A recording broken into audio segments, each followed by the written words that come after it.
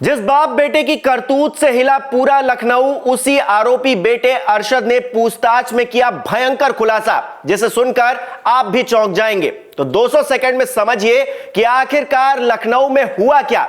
दरअसल 31 दिसंबर की रात में एक तरफ तो पूरी दुनिया नए साल का जश्न मना रही थी, तो दूसरी तरफ लखनऊ के एक होटल में बाप बेटे की करतूत से पूरा उत्तर प्रदेश हिल जाता है।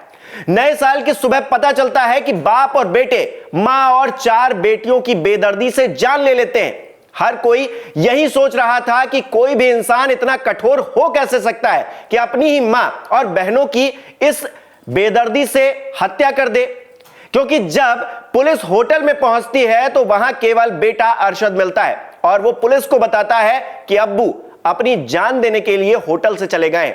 और फिर होता है असली खुलासा कि कैसे बदायूं का बेटा अपनी मां और 4 बहनों को लखनऊ लेकर जाता है और खबर आती है कि उसी 24 साल के युवा ने अपने ही परिवार की बड़ी ही बेदर्दी से हत्या कर दी, खात्मा कर दिया। कुछ ही देर में यह लड़का पूरे देश को विलेन लगने लगता है।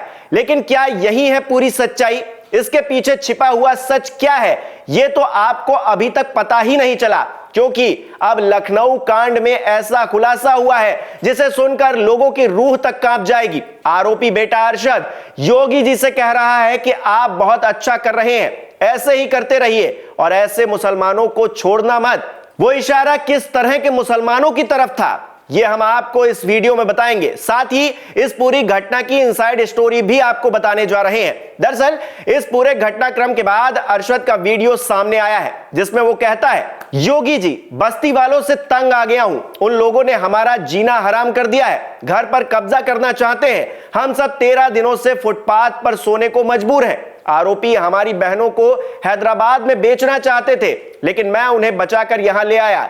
आज मरते वक्त बहुत तड़पी हैं मां और बहनें। पिताजी भी जान देने के लिए होटल से निकल गए हैं। मैं भी खुद को खत्म कर लूंगा। आपसे अनुरोध है कि ऐसे मुसलमानों को मत छोड़ना।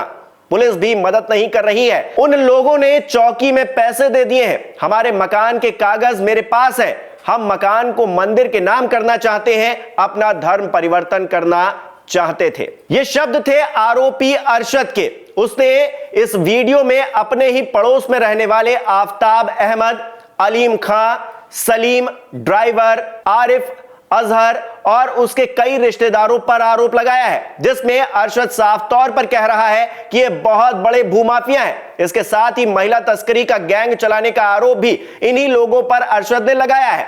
उसका कहना है कि ये सभी लोग उसकी बहनों को बेचकर जिस्म फरोशी कराना चाहते थे और हर तरह से हताश होकर ही उसने ये कदम उठाया है। अब अगर अरशद की बातों में सच्चाई है तो योगी आदित्यनाथ को तुरंत ही पूरे मामले की गंभीरता से जांच करानी होगी और अगर वो लोग वाकई में इस तरह के कुकर्मों में संलिप्त हैं, शामिल हैं, तो फिर अपने बुलडोजर का रुख बदायूं की तरफ भी कर देना चाहिए।